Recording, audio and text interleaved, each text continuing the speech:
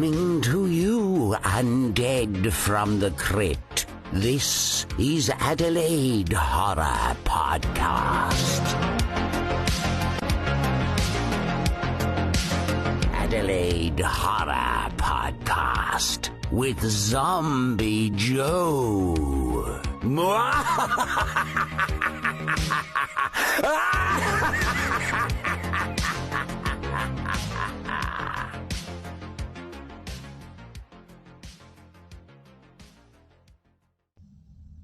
Hi and welcome to the Adelaide Horror Podcast. Tonight's episode is number 35, continuing on with the international series, looking at the country of Germany.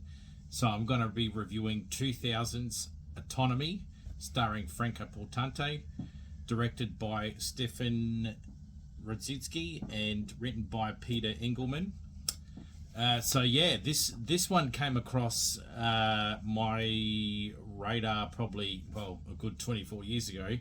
And then a rewatch I did about 15 years ago, and only recently I've sat down to rewatch it again. So I've seen this movie 3 times, and the first time I watched this, I picked it up at the DVD shop, not really knowing what it was. I just really dug the cover. I thought that looked a bit suspenseful. Read the synopsis at the back. I thought, okay, cool. Then I thought, wow, it's actually from overseas. Okay, no worries. And had no idea who Franka Potente was at that time.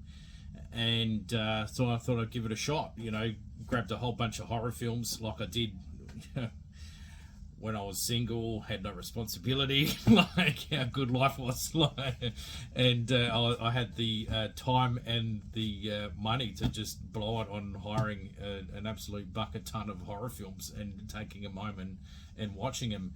So I had the real excitement of discovering how good this film was. And at the time, it came out in the real sweet spot, late 90s into the early 2000s, where a lot of the kind of horror mystery films were in its peak, like the slashers. So this is kind of like a Grey's Anatomy and a mash of I Know What You Did Last Summer put together. So I really dug what Stefan and Peter did when they got together and directed and wrote this story plot, and I thought it was really quite clever at the time.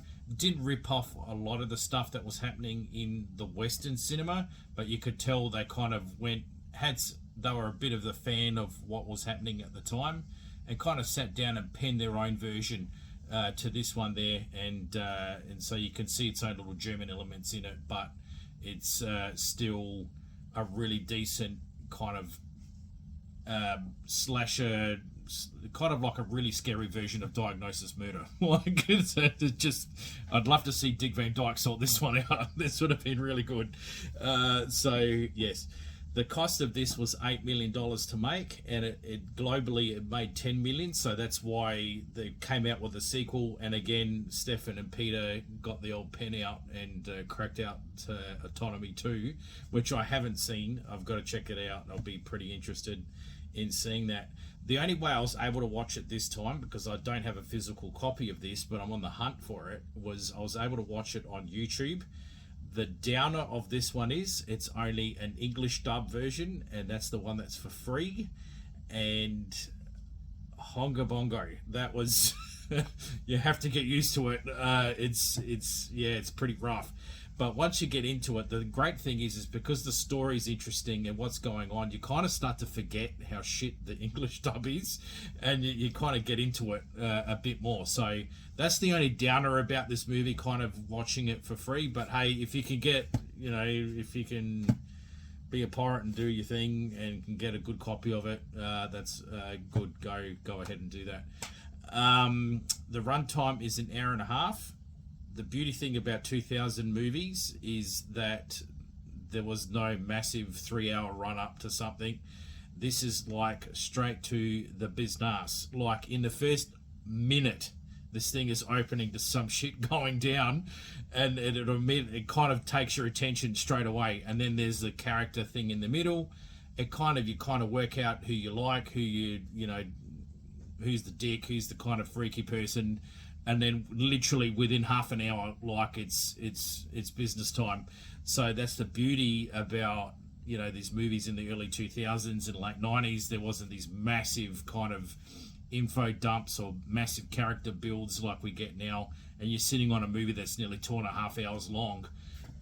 So you know, the glory days when it was only an hour and a half and it got straight to the point. So I miss those horror films that are nice and sweet and short. But yeah, I like it for this reason too. Look, 8 out of 10 is the score I'm going to give this one. Absolutely, first time horror film, 100%. This one you can sit down with someone that's not really massively into horror. The gore, it's funny because there's a slight amount of gore, and it's not like gore porn at all. So you can have someone that's might be a little bit squeamish. They can get through this one. This is not too bad. And you know, when you discover a body later in the show, it's not full on. You won't be, you know, going for a vomit bag or anything like that. They've done it pretty well. They've done it discreetly and just enough to still scare you as well, but not over the top with the gore, which I thought was really, really good, but effective. How they've done it, very effective. So if gore doesn't bother you, this movie's great. You're going to really dig what they did with this. They were very clever with how they did the gore in this movie, and that's why I dug the film as well. The location of this film was filmed in Munich in Germany, and around the kind of medical school area. All the kind of landmarks, you would recognise it if you've gone to Germany or thinking of going to Germany. You recognise them in the film. So the cast, we've got the main character, which is Franka Potente's character.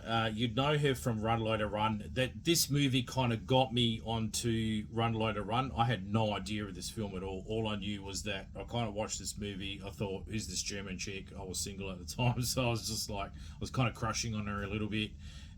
The video shop guy, we used to have chats and stuff, and he goes, yeah, if you liked her in this, check out Run Loader Run. And that's kind of where I got into like becoming a fan of her work. And then she appeared in Bourne Identity in that one, the Jason Bourne movies. So yeah, kind of started following her on that one there. She's gone later. Actually, just recently, she's done a voice for Castlevania. Castlevania. Yeah, she's done a spot for Castlevania and another animated series, so she's kind of floating out and about. And her and the next guy I'm going to talk about, who's Benno Fillman, they kind of cracked it into the Western market, as where the other names here, by tracking through, they didn't really like. They still kind of stayed within Germany and Europe and did a lot of TV shows and kind of movies and that kind of stuff. So they kind of stayed where they are. Is where the Franka and Benno kind of managed to get into the American market and into the international market. So Benno Foreman, he plays Han, and he's kind of not really the love interest initially with her. He's one of her classmates in this college that she attends to, but later becomes something. There's something that kind of happens there. Between the two, and then you have Dr. Henning and Frau Helling, which are Paula's parents, and she mentions her grandfather in this, so Dr. Henning as well. So she comes from a family of doctors, and so the basically the plot of the movie is that she kind of manages to get a scholarship to this top medical school where her grandfather attended. It doesn't say whether her parents did, and I don't think they did, because what we could get from this opening scene with her parents is that the parents are female. The parents are doctors that specialise with children. I don't know the name of it off the top of my head right now, but that's what they've specialised in. And then I think the mum stopped in order to have her, and because there's a comment that she makes and then she regrets saying it. The thing about Franka's with Paula's character and she kind of puts her mouth, her foot in her mouth a few times through this film. She's very socially awkward, highly educated, but socially hopeless. And so she kind of puts some, foot and mouth a bit is kind of shown here every now and then. And so one of it is this conversation she's had with her mum. So obviously her mum and dad, medical students. Mum kind of graduates, but then then steps back from her doctor role to raise Paula. And her dad goes on to be the child doctor. And there's kind of a, because the mum's kind of worried that she goes to this college and there's other dudes there, and she's thinking, she's going to kind of like hook up with everyone. And so she makes this backhand comment and then regrets it straight away. But throughout this movie, she kind of does some backhand comments with other students as well, and it kind of gets her offside with a few people, but they kind of work it out. But yeah, so she's kind of socially awkward that way as well. So that's kind of interesting. And then when she goes to the college, she's all excited because she sees her grandpa's anatomy statue that he did, obviously, going by the gauging by the age of the parents, would have been the 1950s or the 1960s. The grandpa attended. So that's why she's super stoked that she's at the school, because then she's actually another Henning, and she's planning to be the next Dr. Henning. So there's that tradition that she's really proud to kind of carry on with. So she's stoked to be there.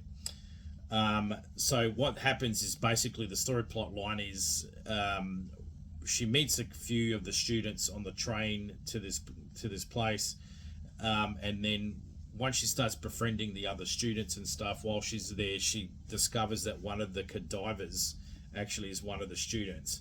And she kind of starts to kind of put things together and go, hang on, this isn't right, and kind of goes on this little quest to solve the mystery of what's the deal with the school. And there's a bit of a kind of a dark history and something going down with the school and its students, and so that's what she goes to uncover. And in the meantime, students are kind of getting picked off one by one, and she's trying to on the case. Like I said, a German scary version of Diagnosis Murder, minus Dick Van Dyke. So yeah, there you go.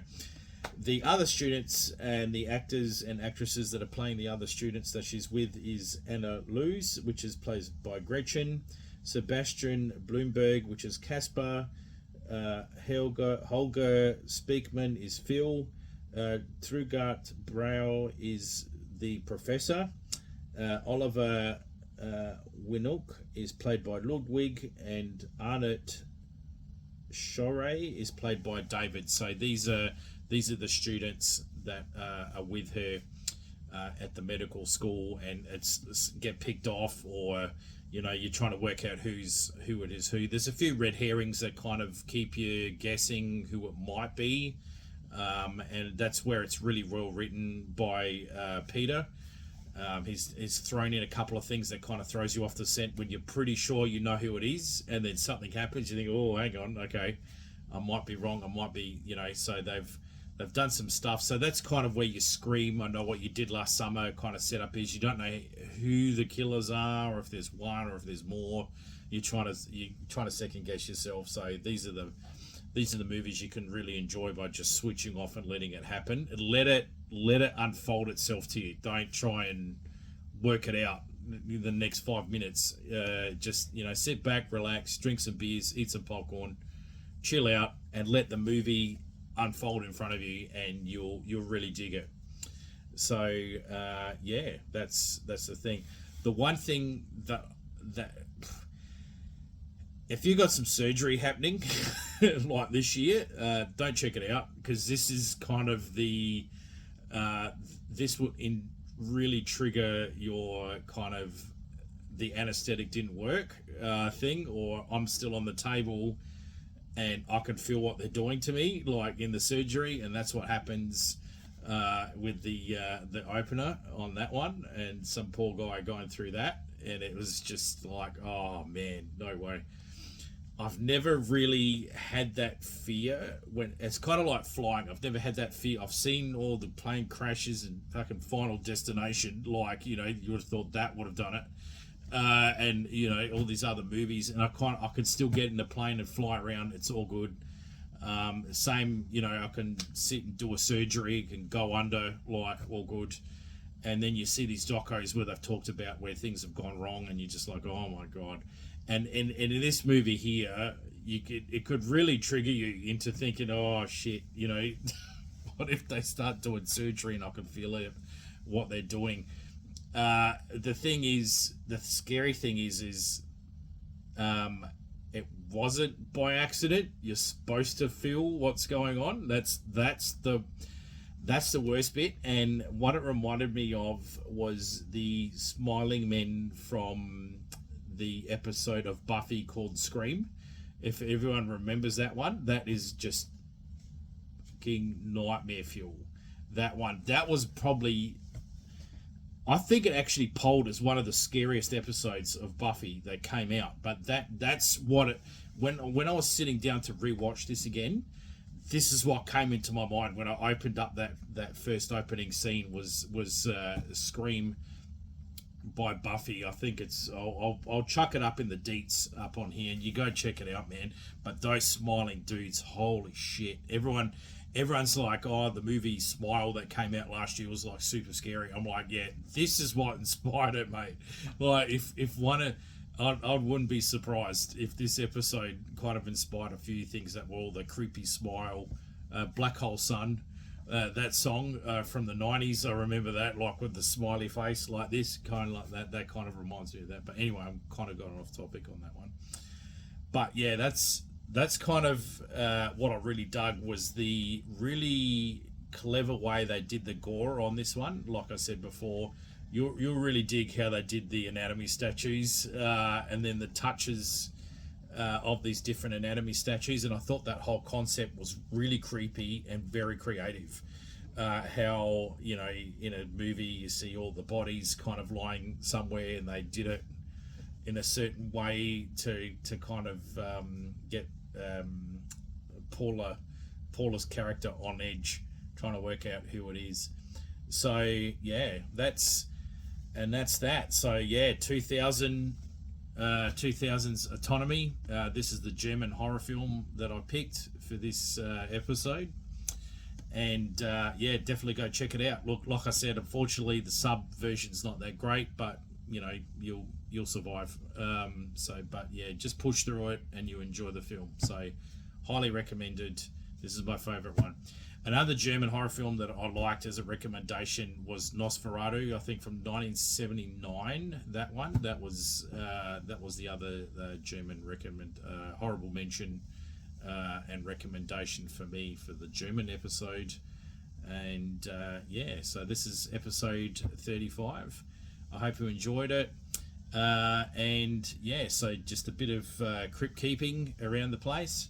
So happy New Year to you and your family, from my crypt to yours. Hope this year is a safe and happy one for your friends and family. Awesome amount of horror coming out this year, and last year brought out some pearlers, like they're pretty good. So in the next mini episode I'll be doing, and that's going to be on TikTok, I'm just going to be talking about, well, not really talking, but just showing my recommendations and also the horror films for 2023 that I picked, that I really dug, and I hope you did too. And again, this year, some crackers coming out. Funny that I mentioned Nosferatu before. Now the new one's coming out with Bill Skarsgård. Man, perfect choice for play. If you got Bill on the case, this is going to be good. He's not going to fuck this one up. So I'm really looking forward to him playing the vampire in that one there. So yeah, pretty good. All good. So stay scary, and I'll see you in the crypt.